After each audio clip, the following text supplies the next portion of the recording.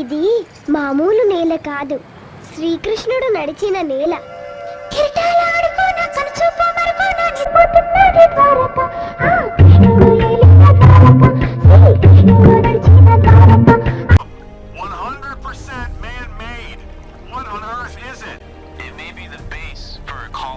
సముద్రం చాలా భయంకరమైంది. ఎంత అంటే లోపలికి వెళ్ళింది మళ్ళీ తిరిగి బయటకు వస్తుందో లేదో అనేంత భయంకరమైంది.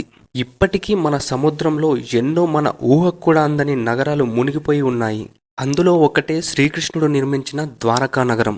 అసలు ఎందుకు ఇది చాలా ప్రత్యేకమైంది, అసలు దీని వెనుకున్న చరిత్ర ఏంటో తెలుసుకుందాం. దీనికన్నా ముందు మనం ఈ ద్వారకా నగరాన్ని ఎలా కనుక్కున్నారో చూద్దాం. శ్రీకృష్ణుడు నిర్మించిన ద్వారక అందరికీ తెలిసినదే. ఏమైందో తెలీదు, సడన్ గా నీటిలో మునిగిపోయింది. దానికి చాలా కారణాలు చెప్పారు. సునామీ అని, దేవత శాపమని. ఆర్కియాలజిస్టులు ద్వారకా నగరం సునామీ వల్ల మునిగిపోయిందని చెప్పారు. 1970లో మరైన్ సైంటిస్ట్ ద్వారకా సిటీని అండర్ వాటర్లో ఫైండ్ చేశారు. ఆ శాంపిల్స్ ని కూడా టెస్ట్ చేశారు. చాలా మంది అనుకున్న విషయం ఏంటంటే అసలు ద్వారకా సిటీ అనేదే ఇండియాలో లేదని కొట్టిపడేశారు. కానీ అండర్ వాటర్లో దొరికిన శాంపిల్స్ మహాభారతంలో చెప్పిన ద్వారకాకి ఆల్మోస్ట్ మ్యాచ్ అయ్యాయి. 1963 అండ్ 1990 మధ్యలో ఈ ద్వారకా గురించి చాలా మంది తెలుసుకోవడానికి ట్రై చేశారు. కానీ ద్వారకాని ఫస్ట్ చూసిన వ్యక్తి ఎస్ఆర్ రావు గారు. 2007లో గవర్నమెంట్ పర్మిషన్ తో అండర్ వాటర్ లో కొన్ని శిల్పాలు చూశారు. అవి సేమ్ ద్వారకాలో ఉండే శిల్పాల్లాగానే ఉన్నాయి. ఒక విష్ణువు రాతి విగ్రహం కూడా దొరికింది. కొన్ని నాణాలపైన మహాభారతం గుర్తులు కూడా ఉన్నాయి. 2001లో national institute of oceanography students pollution గురించి సర్వే చేస్తుంటే వాళ్ళకి కొన్ని శాంపిల్స్ దొరికాయి.